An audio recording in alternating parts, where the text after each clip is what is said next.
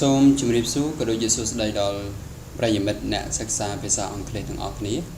នៅថ្ងៃនេះដែរខ្ញុំនឹងចែករំលែក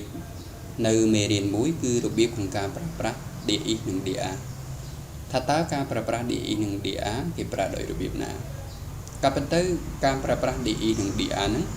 គេប្រើសម្រាប់រៀបរាប់ពីអ្វីមួយដែលយើងមានសេចក្តីខ្មែរថាមានជាយើងក៏លេខទៅមើលមេរៀនរបស់យើងចំណុចទី1គឺតកតងទៅនឹងទម្រង់ DE យើងបូកជាមួយនឹង singular noun សូមបញ្ជាក់ពាក្យថា singular noun មានន័យថានាមជាឯកវចនៈគឺសំដៅទៅលើនាមដែលមានតែមួយប៉ុណ្ណោះឧទាហរណ៍ថាមនុស្សម្នាក់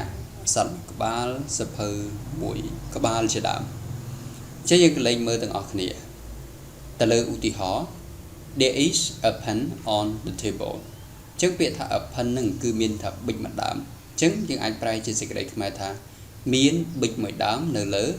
លើតុចឹងពាក្យ a pen គឺជា singular noun ចឹងគេប្រើ there ជាមួយនឹង singular noun There is an apple ចឹងពាក្យ apple ហ្នឹងគឺជា singular noun មានន័យថាមានផ្លែប៉ោមមួយផ្លែ There is a book មានសៀវភៅមួយក្បាលចឹងត្រឡប់មកវិញគឺ DE យើងប្រើជាមួយនឹង singular noun មានន័យថានាមជាឯកវចនៈចឹងយើងចូលទៅចំណុចទី2គឺរបៀបក្នុងការប្រើប្រាស់ DA វិញម្ដងចឹងយើងអាចមើលទម្រង់របស់យើងគឺ DA យើងប្រើជាមួយនឹង plural noun ពាក្យថា plural noun គឺសំដៅទៅលើនាមដែលមានចាប់ពី2ឡើងទៅឧទាហរណ៍ថាមនុស្ស2នាក់សត្វ2ក្បាលកុំព្យូទ័រ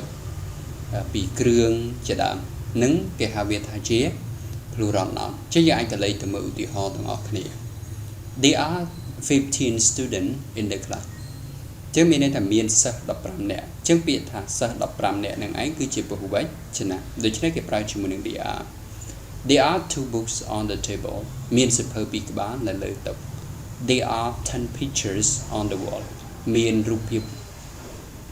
10រូបនៅលើជញ្ជាំងចឹងកាលណាគេនិយាយដោយប្រើ DA គឺយើងត្រូវតែប្រើជាមួយនឹងនាមដែលជាពហុវចនៈជានិច្ចអូខេវីដេអូមានតែប៉ុណ្្នឹងសូមកុំភ្លេចចុច like ឬ subscribe ដើម្បីទទួលបាននូវវីដេអូថ្មីៗសូមអរគុណ